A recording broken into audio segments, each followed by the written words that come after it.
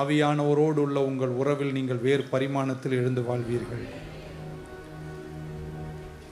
நிறைய பேர் அவரை ஒரு காற்றாக, புறாவாக, ஒரு சக்தியெல்லாம் கிடையாது. அவரை இயேசு அறிமுகப்படுத்தும் போது ஹிம் என்ற வேர்டு யூஸ் பண்ணுறார். அவர் தனி ஆழத்துவம் உள்ள, பர்சனாலிட்டி உள்ள ஒருவராய் பரிசுத்த ஆவியானவர் இருக்கிறார். ஆமென். ஸோ இயேசு கிறிஸ்து யோவான் சுவிசேஷத்தில் இயேசுவை ரெஃபர் பண்ணும்போது நம்ம வாசித்த 14, 15, 16 அதிகாரத்தில் இட் என்ற வேர்டை பயன்படுத்தாமல் ஹிம் என்ற வேர்டை பயன்படுத்துகிறார். Which means he is a personality. அவரை ஒரு ஆளாக, ஒரு ஆழத்துவம் உள்ளவராக நீங்கள் அறியாவிட்டால் நீங்கள் எப்படி அவரோடு நீங்கள் உறவில் இருக்க முடியும் என்பதனால் வேதத்தினுடைய சத்தியங்களை உங்களுக்கு புரியும் அளவிற்கு சாதாரணமாய் சுருக்கமாய் எடுத்து விளம்பிக்கொண்டே இருக்க நான் விரும்புகிறேன். So he is a person. பக்கத்தில் அவர் என்னோடு இருக்கிறார். யார் அவர்? பரிசுத்த ஆவியானவர். ஆமென். ஸோ பரிசுத்த ஆவியானவர் என்று நம்ம அழைக்கும்போது அது அதுதான் அவருடைய ஃபங்க்ஷன், அதுதான் அவருடைய செயல், அதுதான் அவருடைய டிஸ்கிரிப்ஷன். நீங்கள் இந்த ஒரு சத்தியத்தை ஆழமாக புரிஞ்சாலே உங்கள் வாழ்க்கை இன்னொரு பரிமாணம் போகும். திரித்துவத்தை போன வாரம் உங்களுக்கு காண்பித்தேன், திரும்ப நமக்கு நேரம் இல்லை. பிதாவாகிய தெய்வம் அப்படின்னு சொல்லுங்க. பிதாவாகிய தெய்வம், குமாரனாகிய தெய்வம், பரிசுத்த ஆவியானவராகிய தெய்வம். ஸோ பிதா என்பது அவர் தெய்வம், ஆனால் அவருடைய ஃபங்க்ஷன் தகப்பனாய் செயல்படுகிறார். குமாரனானவர் நமக்கு பலியாக இந்த பூமியில் வந்தார். ஸோ சன், அது அவருடைய ஃபங்க்ஷன் என்பது போல தெய்வமாயிருக்கிற பரிசுத்த ஆவியானவர், ஸோ பரிசுத்த ஆவியாய் அவர் இருக்கிறது அவருடைய ஃபங்க்ஷன். அவர் நம்மை வழிநடத்துகிறார், அவர் நம்மை கைடு பண்ணுகிறார். எப்படி சொன்னால், யோவான் சொன்னார், சத்திய ஆவியானவர் உங்களிடத்தில் வரும்போது சகல சத்தியத்திலும் அவர் உங்களை வழி நடத்துவார். ஆமென். ஸோ அ பர்சனாலிட்டி, தனி ஆழத்துவம் உள்ள பிதா தெய்வம், குமாரன் தெய்வம், பரிசுத்த ஆவியானவர். வாயே வரமாட்டேங்குது. ஆமென். ஒரு மனிதன் ஒரு தனி ஆள் என்று சொல்லும்போது அவரை டிஸ்டிங்விஷ் பண்ணுவது என்ன அப்படின்னு நீங்கள் கேட்டிங்கன்னா, நீங்கள் சொல்லலாம் அவருக்கு ஜீவன் இருக்குது, அவர் உயிரோடு இருக்கிறார் என்று நீங்கள் சொல்லலாம்.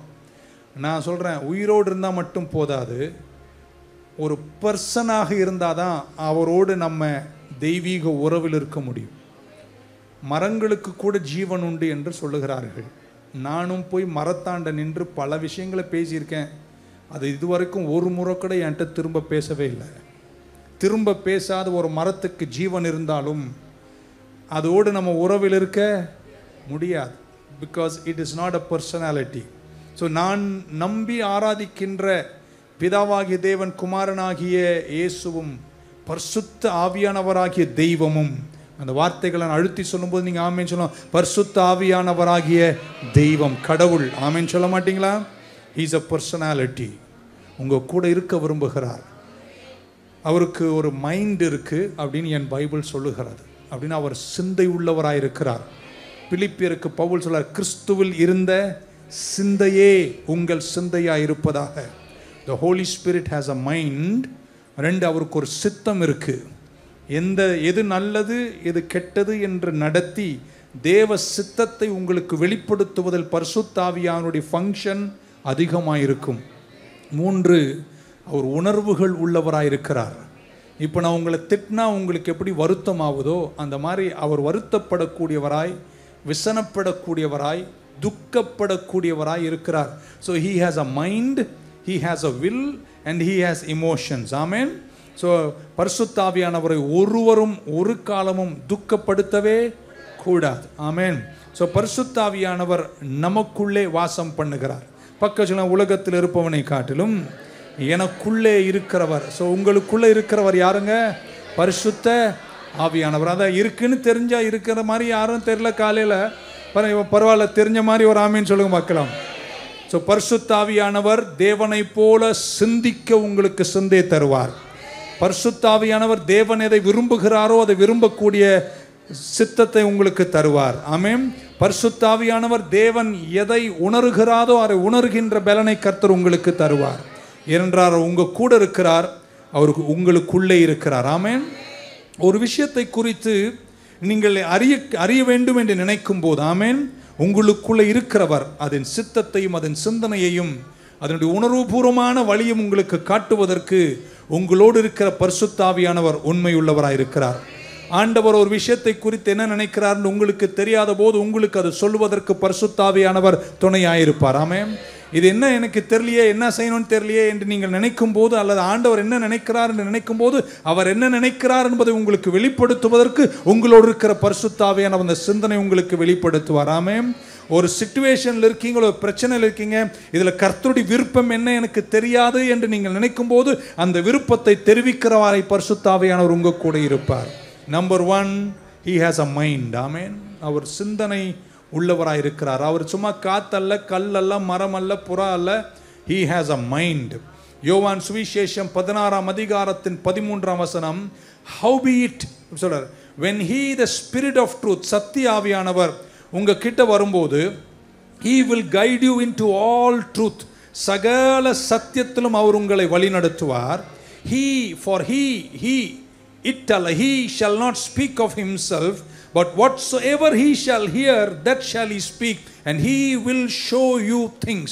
எங்க சில விஷயங்களை அறிந்து சில விஷயங்கள் உங்களை நடத்தணும்னா உங்க பரிசுத்த ஆவியானவர் சும்மா ஒரு மரமோ கல்லோ காற்றோ அல்ல, அவர் சிந்தனை உள்ளவராயிருக்கிறார். பக்க சொல்ல, என் கூட இருக்கிறவர் அறிவுபூர்வமாய் என்னை நடத்துவார். ஆமென் சொல்ல மாட்டீங்களா? அவுட் ஆஃப் கண்ட்ரோல்லாம் யாரும் போக மாட்டீங்க. சிலருக்கு ஆவியானவர் வந்தால் என்னென்னமோ நடக்குதுங்க.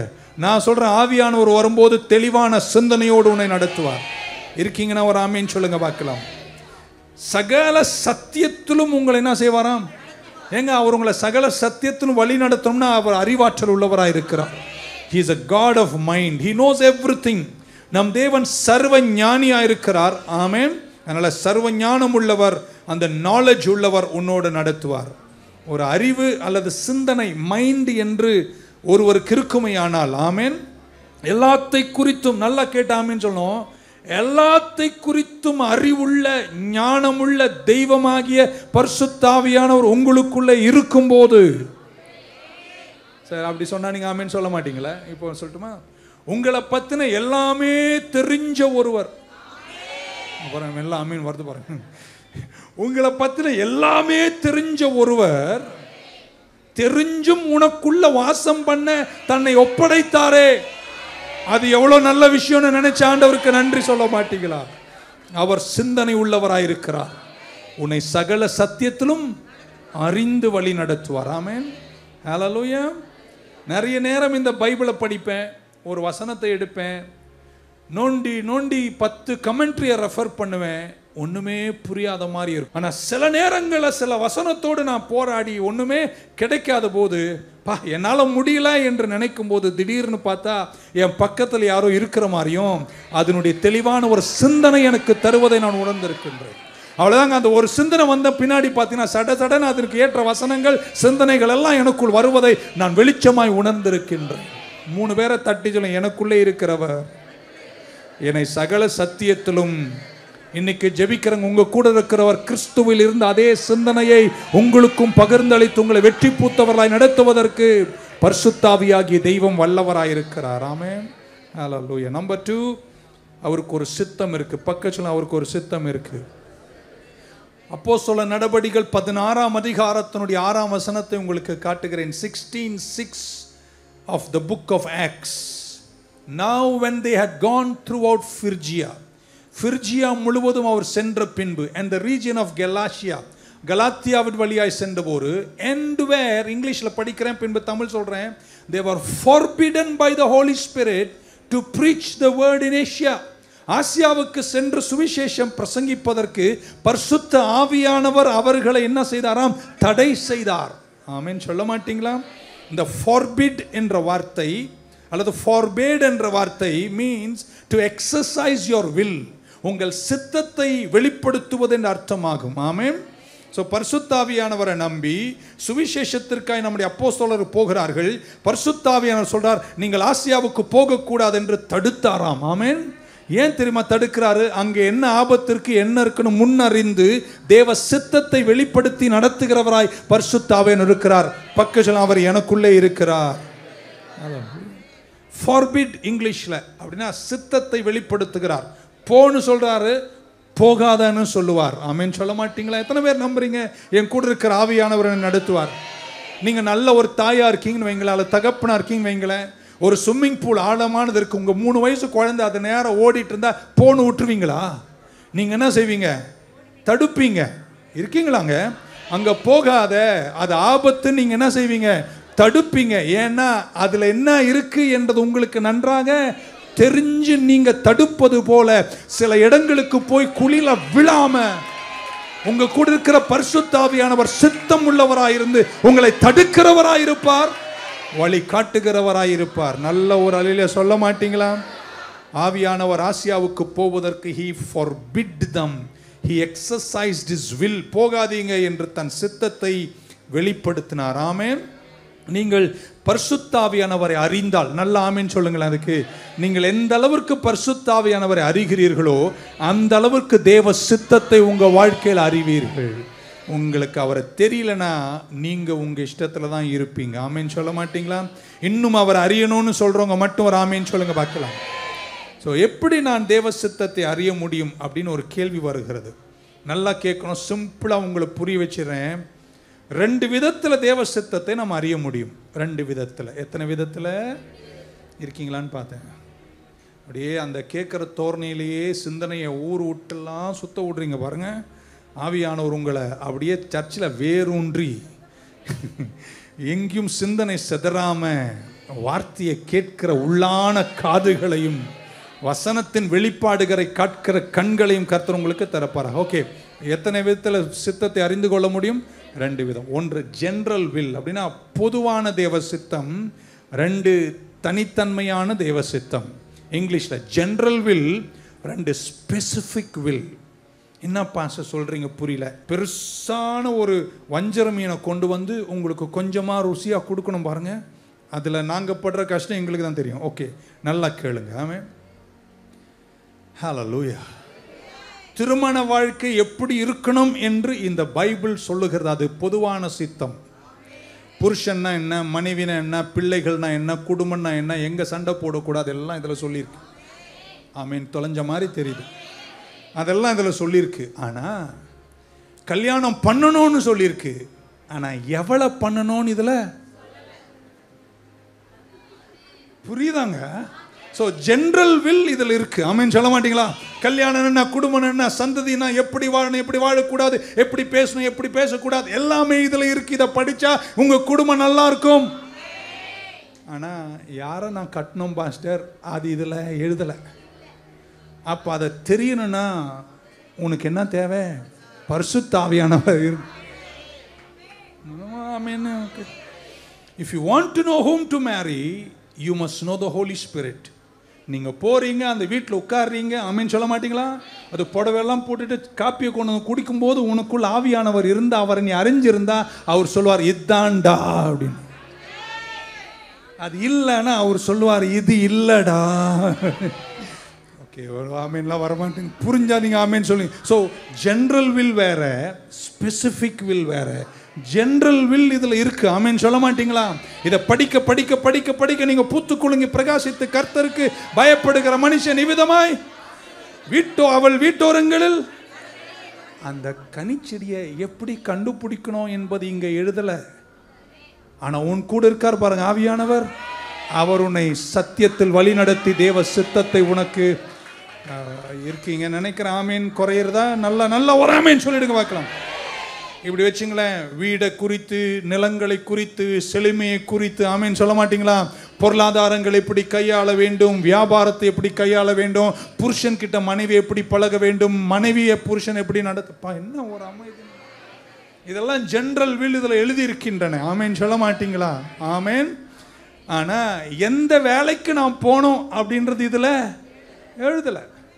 3 இன்டர்வியூக்கு போகிறீங்க, 3லையும் உங்களுக்கு நல்ல மார்க்கோடு நீங்கள் பாஸ் ஆகிடுறீங்க, 3லையும் ஆர்டர் கொடுத்துட்டாங்க. இப்போ எந்த வேலைக்கு போனோன்னு என்கிட்ட வந்து கேட்காது, பக்கம் சொல்லுங்க என் கூட என் உள்ளே இருக்கிறாருங்க அப்படின்னு.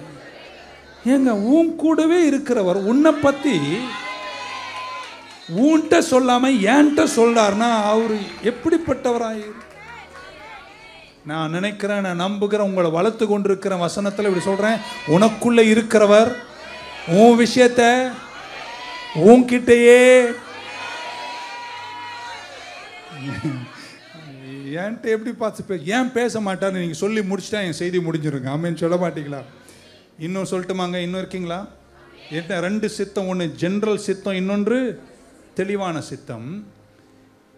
How to pray, எப்படி ஜெபிக்கணும் சீஷர் கேட்டார்கள். இயேசு சொன்னார், நீங்கள் ஜெபிக்க வேண்டிய விதமாகுது. பரமண்டலம் இருக்கிற பரம ஒரு மாடலை கொடுக்கிறார், எப்படி ஜெபிக்கணும்னு சொல்லி கொடுத்தாரு. ஆமென். How to pray சொன்னாரு, ஆனா எதுக்காக ஜெபிக்கணும் அப்படின்றது அவர் சொல்லி கொடுக்கல. ஆமென் சொல்ல மாட்டீங்களா? ஒரு மாடலை கொடுத்தாரு, எப்படி ஜெபிக்க, எதுக்காக how to pray சொன்னாரு. ஆனா what to pray உங்களுக்கு தெரியாம ஒரு சூழ்நிலையில தத்தளித்து கஷ்டப்பட்டு கண்ணீர் வடிக்கும் போது, உங்களுக்கு என்னன்னு ஜெபிக்க தெரியாத போது, உங்களுக்குள் இருக்கிற பரிசுத்த ஆவியானவர் உங்களுக்காக பரிந்து பேசுகிறவராய் இருக்கிறார் என்று ரோமருக்கு எழுதும் போது அப்போஸ்தலனாகிய பவுல் சொன்னார். இருக்கீங்கன்னா ஒரு ஆமீன் சொல்வீங்கன்னு நினைச்சேன். ஹல்லேலூயா. நான் இப்படி சொல்றேங்க, நீங்க ரொம்ப பெரிய ஆளா இருக்கலாம், ஆனா எப்படி ஜெபிக்கணும்னு உங்களுக்கு தெரியாதுங்க. சில சூழ்நிலையில எப்படி ஜெபிக்கணும்னு உங்களுக்கு சொல்றவர் யார் தெரியுமாங்க? உங்களோடு இருக்கிற பரிசுத்த ஆவியானவர். எந்த அளவுக்கு நீங்கள் அவரை அறிகிறீர்களோ அந்த அளவுக்கு தான் உங்கள் ஜெபம் இருக்கும் என்பதை ஒரு அல்லே சொல்ல மாட்டேன். ஓகே, நான் வசனத்தை காட்டுங்க. ரோமர் 8:22 நமக்கு தெரியும். அன்றிமோடி தீர்மானத்தின்படி அழைக்கப்பட்டு தம்மில் அன்பு கூறுவர்களுக்கு சகலமும், அது அந்த வசனம் உங்களுக்கு தெரியும். அது 28, ரோமர் 8:28. 26, 27 இப்படி வாசிக்கிறோம். நான் இங்கிலீஷ்ல படிக்கிறேன், நீங்க கவனமா கேட்கணும். பைபிளை படிக்கணும், பைபிளை திறந்து படிக்கணும், பைபிளை எழுதி படிக்கணும். Okay. Likewise the spirit also helpeth our infirmities. நான் கஷ்டப்படும் போது ஆவியானவர் எனக்கு உதவி செய்கிறார். நல்லா எழுதுறார் பாருங்க. For we know not what we should pray. நான் என்ன ஜெபிக்கணும்னு எனக்கு தெரியல. எப்படி ஜெபிக்கணும்னு சொல்லியிருக்காரு, ஆனா என்ன ஜெபிக்கணும்னு எனக்கு தெரியல. ஆமென். பட் ஆனால் எனக்குள்ள இருக்கிற பரிசுத்த ஆவியானவர், ஆமென், he maketh intercession for us with groanings which cannot be uttered. என்னால் சொல்ல முடியாத நவமொழிகளில் எனக்குள்ள இருக்கிற பரிசுத்த ஆவியானவர் என்னன்னு ஜெபிக்க எனக்கு தெரியாத போது அவர் எனக்காக ஜெபம் பண்ணுகிறார். இந்த அளவுல நான் வளருவேன்னு சொல்ற விசுவாசிங்க யாரா இருந்தா கையை உயர்த்தி ஆமென் சொல்ல மாட்டேன். அடுத்த வசனம் 27. and he that searcheth the hearts, உங்கள் இருதயங்களை அலசி ஆராய்கிறவர், ஆமென், knoweth what is the mind of the spirit. பரிசுத்த ஆவிக்கு ஒரு சிந்தனை இருக்குன்னு சொல்றார். what is the mind of the spirit? because he maketh intercession for the saints according to the will of God. Mind இருக்கு அவருக்கு, வில் இருக்கு அவருக்கு. அந்த மைண்டையும் அந்த வில்லையும் உங்களுக்கு வெளிப்படுத்தி உங்களுக்கு ஜெபிக்க தெரியாத போது உங்களுக்காக அவர்கிட்ட ஜெபம் பண்ணி உங்க காரியத்தை வெற்றிகரமாய் மாற்ற ஜெபிக்க உங்களுக்கு தெரியான என்னன்னு ஜெபிக்க தெரியாத போது பரிசுத்த ஆவியானவர் அறிந்திருந்தார். அவள் உங்களுக்காக. புரிஞ்சவங்க மட்டும் ஒரு ஆமீன் சொல்லுங்க பாத்து. ஹல்லேலூயா. இருக்கீங்களா? So one, he has a mind. அந்த வசனம் சொல்லுது according to the mind of God, according to the will of God. ஒன்னு அவருக்கு மைண்ட் இருக்கு, ரெண்டு இஸ் a will இருக்கு. அவர் தேடி அறிந்து உங்களுக்கு செய்ய வேண்டியதை கர்த்தர் செய்து முடிக்கிறார். இருக்கீங்கன்னா ஒரு ஆமீன் சொல்ல மாட்டீங்களா? அந்த காலத்தில் பழைய ஏற்பாட்டில் ஒருத்தர்கிட்ட தான் ஆவியானவர் பேசுவார். எத்தனை பேர்கிட்ட? ஒரே ஒருத்தர்கிட்ட தான், ஒரே ஒரு எரேமியா கிட்ட தான் பேசுவார். மற்றவங்களாம் எரேமியா கிட்ட தான் கேட்கணும். ஆனால் அன்னைக்கு யோவேல் தீர்க்கதரிசி சொன்னார், கடைசி நாட்களில் உயிரோடு இருக்கிறவங்க மட்டும் ஒரு ஆமீன் சொல்லுங்க. சரி, உயிரோடு இருக்கிறத விட மாம்சமானவங்கெல்லாம் ஒரு ஆமீன் சொல்லுங்க மாட்டோம். இந்த சலிச்சு போன ஆமீன், நீங்களாம் மாம்சமானவர்களோ இல்லையோ. ஓகே. கடைசி நாட்களில் மாம்சமான யாவர் மேலும் என் ஆவியை நான் என்ன செய்வேன்? ஊற்றுவேன். உங்கள் குமாரர்களும் உங்க குமாரத்திகளும் தீர்க்க தரிசனம் உரைப்பார்கள். தீர்க்க தரிசனம் உரைப்பார்கள் என்ன தெரியுமா சத்தம்? அவர் சொல்றத அவங்க கேட்கிறாங்கன்னு அர்த்தம். பழைய ஏற்பாட்டில் யாராவது ஒருத்தரோடு தான் ஆவியானவர் பேசுவாரு. ஆனா இந்த கடைசி காலத்துல ஆமென் சொல்ல மாட்டீங்களா? மாம்சமான யாவரோடும், குறிப்பாக மீட்கப்பட்ட தம்முடைய ஜனங்களோடு பரிசுத்த ஆவியானவர் பேசுகிறவராய் இருக்கிறார். பக்கத்துல தட்டி அவர் ஏன் கூட பேசுறாருங்க அப்படின்னு சொல்லி. அவ்வளவுதாங்க. அடுத்த வாரம் சர்ச்சுக்கு வருவீங்களா? ஒரே சொல்ல மாட்டீங்களா? பேதுரு அப்போ சொல்லாங்க பவுல் ஆமென். பேதுரு எழுந்து நின்று பெந்தைக்கோஸ்து நாளில் ஆமென் சொல்ல மாட்டீங்களா பிரசங்கம் பண்ணார். என்ன தெரியுமா சொன்னார்? பரிசுத்த ஆவியானவர் அக்னிமயமான நாவோடு தோண்டியாச்சு. ஆவியானவர் வந்து இறங்கணும்னு என்ன தெரியுமா சொன்னார்? இங்கிலீஷ் பைபிள்ல 2ஆம் அதிகாரத்தில் திஸ் இஸ் தட் அப்படின்னார். ஆமென். இப்போ நீங்க பார்க்குறீங்களே இந்த பரிசுத்த ஆவி, அந்நிய பாஷை, அபிஷேகம், இங்க பார்க்கக்கூடிய இந்த விஷயங்கள்லாம் வேற எதுவுமே இல்லை. This is that அப்போஸ்தலர் நடபடிகள் 2 which was prophesied by prophet Joel. மாம்சமான யாவர் மேலும் கடைசி நாட்களில் என் ஆவி ஊற்றுவேன், என் குமாரர்களும் குமாரத்திகளும் தீர்க்க தரிசனம் உரைப்பார்கள். நான் இப்படி சொல்ல போறேன், நீங்க ஆமென் சொல்லுங்க. உங்க எல்லாரோடும் பரிசுத்த ஆவியானவர் பேசுவார். இன்னும் 2 பேரை தட்டி சொல்லுங்க, அவர் ஏன் கூட பேசுவாருங்கன்னு. அடுத்த முறை தத்தளிச்சு கஷ்டப்பட்டு ஒரு பிரச்சனைக்கு முன்னாடி நிற்பீங்க, என்ன செய்யணும்னு தெரியாம கலங்கி நிற்கும் போது உங்களுக்குள்ள இருக்கிற பரிசுத்த ஆவியானவர் உங்கள் மூலமாக உங்களுக்காக ஜெபம் பண்ணி உங்க காரியத்தை வெற்றிகரமாய் மாற்றி தேவனுடைய சிந்தையையும் தேவனுடைய சித்தத்தையும் உங்கள் வாழ்க்கையில காண்பித்து வழிநடத்த சக்தி ஆவியானவர் உங்களிடத்தில் வரும்போது வேத சத்தியத்தில் மட்டுமல்ல, ஜெனரலான சித்தத்தில் மட்டுமல்ல, ஸ்பெசிபிக்கான சித்தத்தில் உங்களை வழிநடத்தி உங்களை பல ஆபத்துக்கு தப்ப வைத்து உங்களை வெற்றி உள்ளவராய் கர்த்தர் மாற்றுவார். ஆமென் சொல்ல மாட்டீங்களா? ஹல்லேலூயா. இருக்கீங்களா? நான் இதுவரைக்கும் சொல்லாத ஒரு முக்கியமான விஷயத்தை உங்ககிட்ட சொல்ல போறேன். நான் பிரசங்கம் பண்ணுவேன், ரேமா பண்ணுவேன், தீர்க்க தரிசன வார்த்தைகளை பைபிள்லேருந்து உங்களுக்கு உரைப்பேன். உங்களுக்காக ஆவியானவர் உங்ககிட்ட தான் பேசணும். உங்களுக்காக ஆவியானவர் என்கிட்ட பேசுறது எனக்கு அவ்வளோவா ஒத்து வர மாதிரி தெரியல. ஏன் அப்படின்ற என்னுடைய கருத்தை சொல்றேன். கர்த்தர் என் மேய்ப்பராய் அப்படின்னா தாவீது எனக்கும் அவருக்கும் என்ன இருக்கு? உறவு இருக்குன்றார். இருக்கா இல்லையா? உறவு இருக்கா? ஏதாவது ஒன்று சண்டே 1 hour உறவு பாஸ்டர். ஓகே, உறவு இருக்கிறவங்களாம் ஆமேன்னு சொல்லுங்க பார்க்கலாம். இப்படி வச்சுங்களேன், நானும் இவர் எட்வின் இருக்கார், நாங்கள் 2 பேரும் நண்பர்கள்னா ஆமேன். நான் அவர்கிட்ட பேசணுமா எலிசட்ட பேசணுமா? நான் அவர்கிட்ட உறவு, ஆனால் பேசுறது யார்கிட்ட? ஏங்க அது வேலை செய்யுமாங்க? யாரும் சந்திக்கவே மாட்டீங்களோ? ஒன்றும் புரியல உங்களுக்கு, தலைக்கால் புரியல. பாஸ்டர் நீ கொஞ்சம் ஜாம் பண்ணி எனக்காக சொல்ல, உனக்கும் அவருக்கு என்ன வேலை? அமைதி நல்லது. 1 more time. எட்வினும் நானும் நண்பர்கள், ஆனால் அவர் என்கிட்டையும் பேசுறதில்ல, நான் அவர்கிட்டையும் பேசல. நான் யார்கிட்ட பேசுகிறேன்? வேலை செய்யுமாங்க. நீங்கள் ஏன் தெரியுமா காலமெல்லாம் தோல்வியில் இருக்கீங்க? உன்கிட்ட பேசணும்னு அவர் துடிக்கிறார். நீ என்ன பண்ற? பக்கத்து வீட்டு அம்மா கிட்ட சொல்லி பேசிக்கிட்டு இருக்க. நான் சொல்றேன், இருக்கீங்களாங்க? யாருக்காவது நான் பேசுறது புரிஞ்ச வராமன்னு சொல்லுங்க. ஒரு முறை ஒரு சகோதரனை சந்திக்கிறார். பாஸ்டர் உங்ககிட்ட கர்த்தர் என்ன பத்தி என்ன சொல்றாருன்னு கொஞ்சம் கேட்டு சொல்லுங்க பாஸ்டர். இருக்கீங்களா? நான் வேலை பாரியான்னு சொல்லலான்னு தோணிச்சு. இருந்தாலும் ஒரு நல்ல மனுஷனா பரவாயில்ல சொல்லியிருக்காரு, நம்ம வீட்டுக்கு போயிட்டு கதவை பூட்டிட்டு கர்த்தர்கிட்ட அந்த பிரதரை பற்றி என்ன செய்வோம் கேட்போன்னு. நல்லா கேட்கணும். நான் சொல்கிற கருத்தை மட்டும் எடுத்துக்கோங்க. நான் போய் கதவை பூட்டிட்டு ஆண்டவர் கேட்டேன், இந்த சோன்சோ பிரதரோடைய பேர் இது தான் ஆண்டவரே, இன்னைக்கு சர்வீஸில் வந்து என்கிட்ட கேட்டார். என்ன கேட்டார்னா, என்னை பற்றி அவர் உங்ககிட்ட என்ன சொல்கிறாருன்னு கேட்டார். நீ ரெண்ட்ட சொல்வீங்களான்னு கேட்டேன். அவர் சொல்கிறார் இருக்குது நான் சொல்லணும்னு. நான் ராமன் என்னடா சொல்கிறாருன்னு பார்த்தேன். அவர் என்ன தெரியுமா சொன்னார்? அவன் கூட பேசணும்னு அவங்ககிட்ட போய் சொல்லணும்.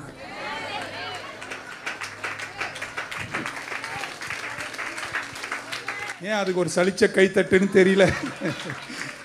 நிறைய பேர் நல்லா கேட்டுக்கோங்க, அங்கங்க சுத்தி பட்டர்ஃப்ளை மாதிரி சுத்துறீங்க பாருங்க. உங்க தேவன் உன் கூட பேசணும்னு காத்திருக்கும் போது நீங்க கண்டவர்கிட்ட பேச அங்கங்க போய் நிக்கிறீங்க. உனக்குள்ள இருக்கிற பரிசுத்த ஆவியானவர் உன்னோடு பேசுவார். கடைசி நாட்களில் மாம்சமான யாவர் மேலும் என் ஆவியை ஊற்றுவேன், என் குமாரர்களும் என் குமாரத்திகளும் என் சத்தத்தை கேட்பார்கள். Why do we run our own people? Okay, நான் விட்டுறேன். ஒரு அல்லையே சொல்ல மாட்டீங்களா?